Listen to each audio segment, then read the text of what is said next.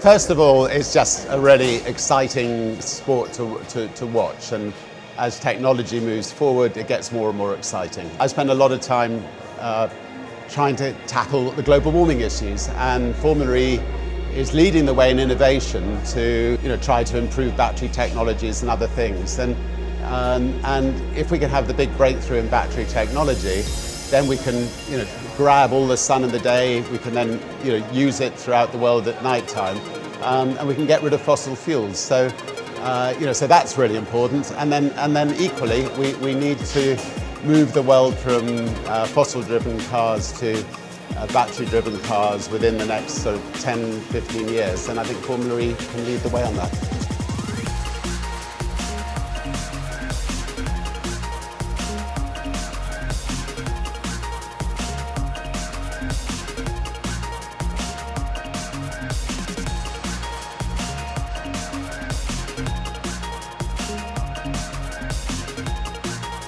We are absolutely delighted that Kaspersky Lab, who are a huge sponsor of motorsport and probably best known for their sponsorship of the Ferrari team, have chosen the DS Virgin Racing team to partner with in Formula E.